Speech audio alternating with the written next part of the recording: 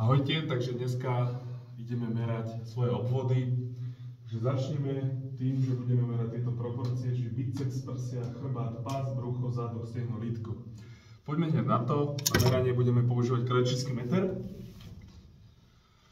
Začneme teda bicepsom. Vždy je dobré merať si každú končatinu zvlášť, to znamená nohy aj ruky. Ja budem merať dneska však iba práve končatiny, takže začnem bicepsom.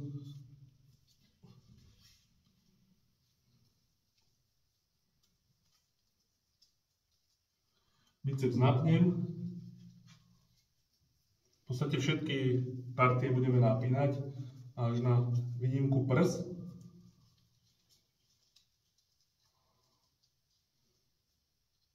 Meráme to v strede bicepsu.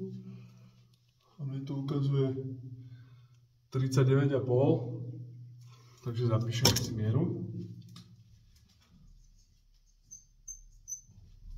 Prsia. Prsia meráme v tejto linii, niekde nad brdávkami v strede.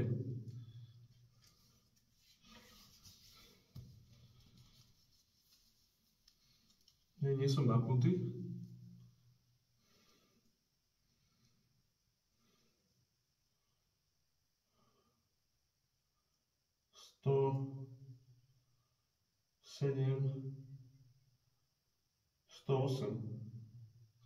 Prsia 108.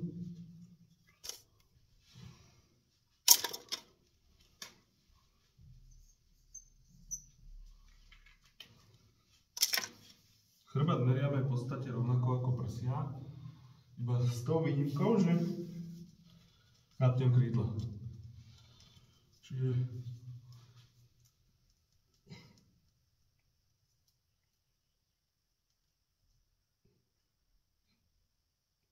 $110.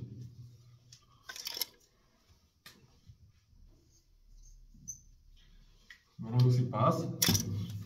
Pás merám niekde v týchto miestach, možno centimetr 2 nad pupkom.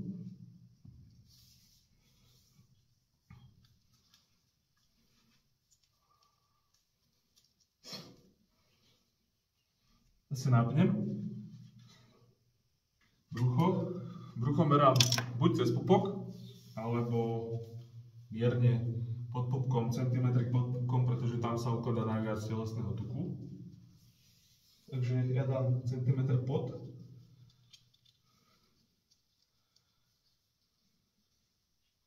Pás 83 a brucho 86. 83 pás, brucho 86.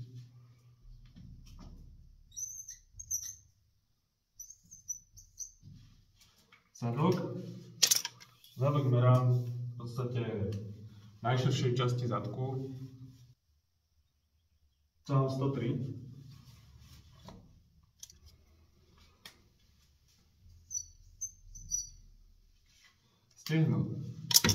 Stehno merám v strede, zase napnem. Keď to dám dole.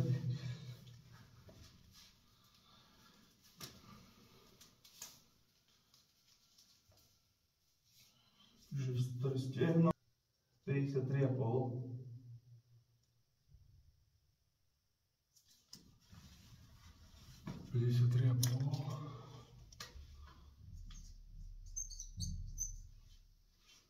A posledná záležitosť lítko. Lítko zase v tej strednej časti napnem.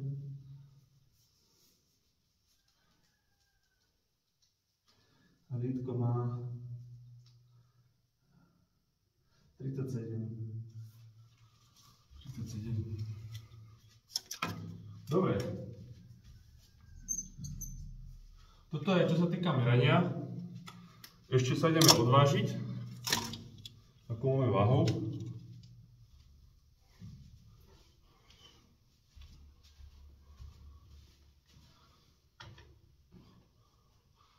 Ja používam diagnostickú váhu, ktorá mi zároveň aj mám meria telesný tuk. Samozrejme, že pokladám to za veľmi hrubý odhad, ale dá sa o to odraziť, áno, že v podstate vieme s tým pracovať. Takisto ako sme si ukázali, ako meráme telesný tuk s kaliprom, tak si ho meriam aj na diagnostické váhe. Pracujem s obidvoma týmito údajmi a vlastne od toho sa odpichujem. Tieto údaje sú mi smerodajné, či idem hore s tukom alebo dole, hej, je to iba indikátor, nie je to presné úplne. Takže váha, dám si dole čo najviac oblečenia, čiže budem iba v spodnom prádle. To skúsim ukázať. Ja som si všetko nastavil, aby to sedelo. Čiže moja váha je 84,5 kg. Počkáme na telesný tuk. Tuk 17,3. Maslo 43,1. Takže tuk 17,3. A váhu máme tiež. Všetky tieto údaje si zapíšeme a ideme si ich zapísať do tabulky. A ja vám vysvetlím tabulku, ako s ňou budeme pracovať a aké hodnoty nie sú